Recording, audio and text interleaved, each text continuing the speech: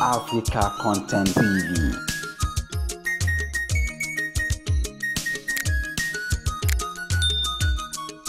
Bàbá oníwàásí àgbáyé. Adamallahu hayatahu. Ẹ bẹ̀rẹ̀ pẹ̀lú àlùfáà ìgbà. Lọ́dún tẹ́ ẹ bẹ̀rẹ̀ lọ́hùn. Ẹ bá wẹ́rẹ́ ẹ fi di àlùfáà àgbà. Alhamdulillah.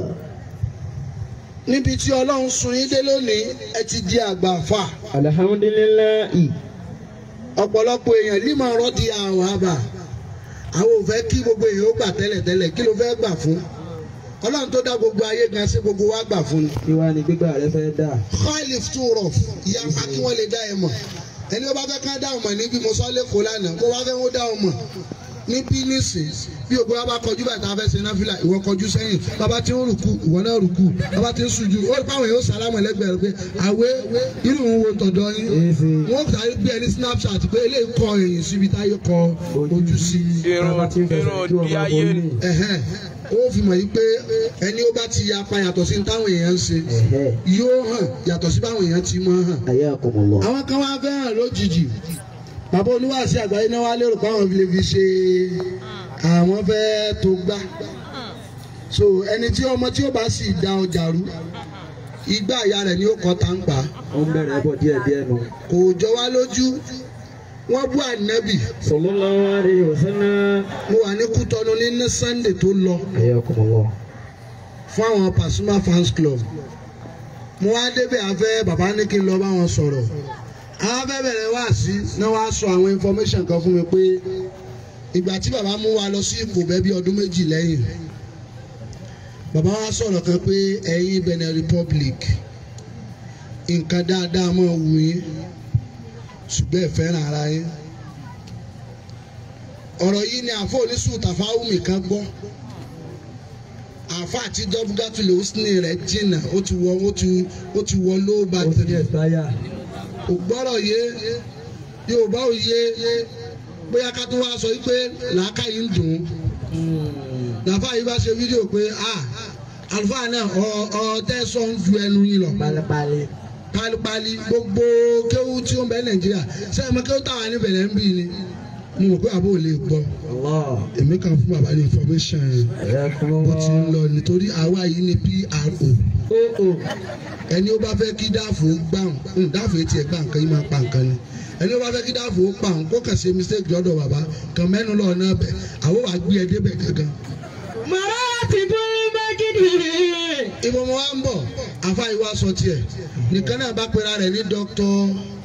Festus àbí mi mọ́ lónìí àbáṣá ni ọ̀rọ̀ tí àfa náà ti sọ ó ti pọ̀ jù kíníkan tá làfa yìí tá lójú rẹ̀ ń bọ́lẹ̀ ní mú sí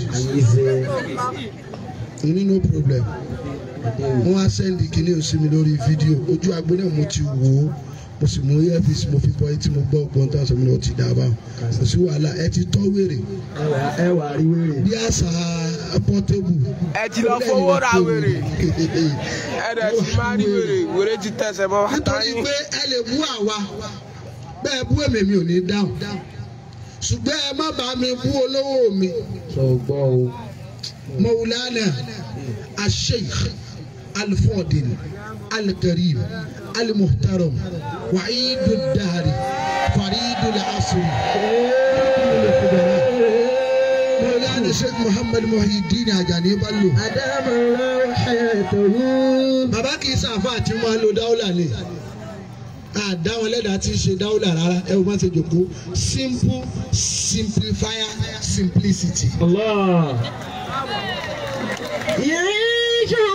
In everything, Baba is always simple. Kàmọ́lẹ́kẹ̀lẹ́ àrídì máa ń kọ́dà kọ́dà ọ̀hún. Ṣé àwọn ká ń pé àwa ṣéwù tòde sí ni? Ó ti rẹ̀ mí. Àwọn tá àti ìyọ sàádà àtàrí ajáde tàdí lásán àti ń gbé nǹkan kọ́rùn. A ní wọ́n gbé àga kan sórí stéèjì báyìí fáwa ni o. Èmi ò lè bá yín jòkó ńlẹ̀ẹ́lẹ̀ ni ó mọ̀ sọ. Àwa wà lókè ńgbà lórí agbádá. Àṣẹ tí ò bá lè ṣe bí yín kò lè dàbí yín. Yàrá tún kàmọ́lẹ́kẹ̀lẹ́ àrídì. Lọ́dún tá a ti ń ṣe Lailatul Qadri yìí bí bàbá ti máa jòkó tì wá nì.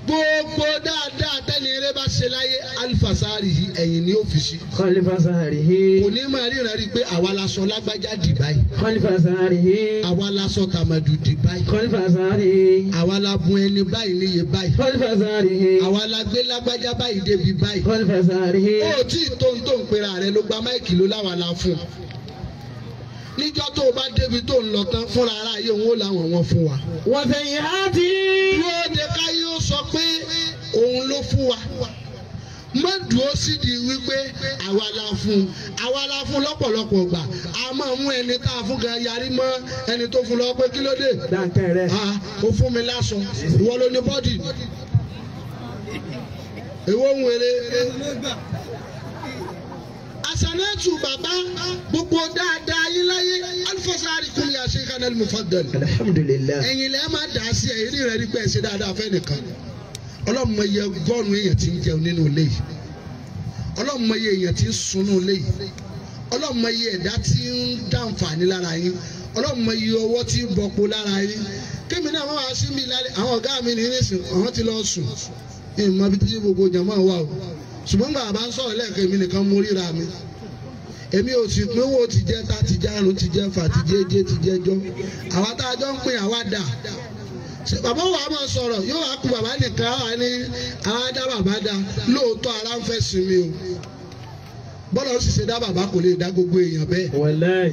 bí yàrá lóhùn ó lu àlàáfíà rẹ̀ bíi ti bàbá wàláì súnmọ́ bíi láì wọ́n fa omi sápá kan báyìí wọ́n mọ̀ fẹ́ jẹ̀ pápá kejì ni. ọlọ́run ni kìí ṣèyàn. bí bàbá ti jòkó yìí nísìn wọ́n lè jòkó báyìí di àárọ̀ ọ̀la wọ́n sì tún ní lẹ́tọ̀ ya bisimilayi wọ́n tún lọ́nu. tẹ́mi bá dẹ́rú ẹ̀ wò ìmọ̀ sọ̀tàn Haruna wọnú tán Fìràwọ́nà ni. àìsàkùn náà bẹ̀rẹ̀ ìfowópamọ́ ìbàdàn yìí. èyí tẹ́mi ń lọ ni wípé tẹ́mi bá ti rọ́ọ̀bù máìkì fún bàbá mi àgbà. kété báyìí. láti ìlú Ẹdẹ tí máìkì bá ti dọ́wọ́ wọn báyìí sáyà ń dá ìtumú ni ẹ fi tìfẹ́tìfẹ́ bàbá àgbáyé wọn làwọn ti yọ nígbà mo sọ sí wọn létí kan pé kò mọ bàbá ni òbá ti pè mí wàláì nítorí lójú àwọn òbá ti pè kò ní di mọ́wulẹ̀ dára rẹ láàmú Allahu Akbar ọlọ́njẹ́ bàbá àgbáyé ó kù. àmín ya Allah. la ilaha illallah. àmín. Muhammad rasulullah. sallallahu alayhi wa sallam. bàbá ọlọ́run ló mẹ́rú ẹ̀. subhanallahi alazim. bihamdihi. ya layta qawmi ya'lamun. bima ghafara li rabbi waj'alani minal mukramin. ya layta qawmi ya'lamun. kí sọ wà ókè. ya layta qawmi ya'lamun. ìwọ̀n bá ké ó dé ìwọ̀n bá ké o gbọ́dọ̀ lọ kó kún lẹ́ni o. bima ghafara li rabbi waj'alani minal mukramin. bàbá mi àgbà ọlọ́run ló mẹ́rú ẹ̀ Mawlana Sheikh kí n tó máa dákọ̀ bàbá ẹ̀ mọ́jẹ̀ ń dá. ya layta qawmi ya'lamun. àwọn èèyàn bá mọ̀ yìí pé ọ̀rọ̀ tá a máa sọ gẹ́gẹ́ ni. ya layta qawmi. ọ̀tún jẹ́ ń gbọ́rọ̀ ọ̀tọ̀ ni pé èèyàn ń sọ ọ̀rọ̀ ọ̀tọ̀ ni sọ̀rọ̀sọ̀rọ̀ ọ̀rọ̀ gángan tí sọ̀rọ̀sọ̀rọ̀ lòun fẹ́ sọ tó ti ń rò nínú ẹ̀ pé ń fi báyìí bẹ̀rẹ̀ ń gbé báyìí sáàrin ń fi báyìí parí ọ̀rọ̀ yẹn gángan ni. ya layta qawmi ya'lamun. ọ̀tọ̀ ni kí ọlọ́run ó dá àyàn kó kún bí bàbá mi àgbà láti ìlú Ẹdẹ ṣe kún yìí. alhamdulillah. ọ̀tọ̀ wa ni kó jẹ́ wípé gbogbo ohun tí máa kún lára èèyàn ni ó kù síbẹ̀. ọlọ́run ló mọ ẹrú ẹ̀. layta qawmi ya'lamun. ìmọ̀ bí ará àdúgbò yìí bára ìlú yìí báwọn èèyàn wa yìí bá ṣe lè gbádùn yín láàrin iye ìṣẹ́jú tó kàn kù yìí ni. tí wọ́n bá gba máìkì nísìn ẹ gbàgbé gbàlẹ̀kẹ́ ti sọ̀rọ̀ tẹ́lẹ̀. bima ghafara li rabbi. ọlọ́run sì ká ṣàfihàn yín. ọlọ́run ló máa ń má bùn yín. wọ́n ní ìdáni yìí la yuba'u wala yushtaru bal huwa tab'un fi qalbi kulli man tarabba. àlùfáà wa ní walaysa al-fakiru man faqada zahaba wal-fidda innama al-fakiru man faqada al-akhlaqa wal-adaba. Ẹ̀kọ́ tí ń bẹ lára yín ó ju ìmọ̀ bẹ lọ. Àgbékalẹ̀ yín ó tún wá fẹ́ ju ẹ̀kọ́ yẹn lọ.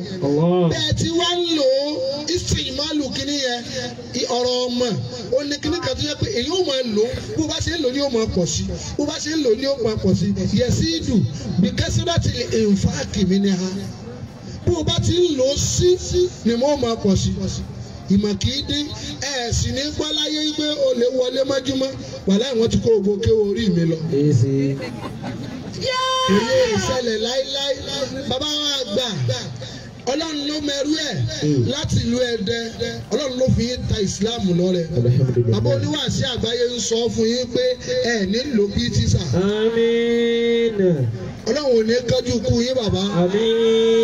Àmọ̀rírì dídìde yín àmọ̀rírì wíwá bílálẹ̀ yìí mò ń bọ̀ wá.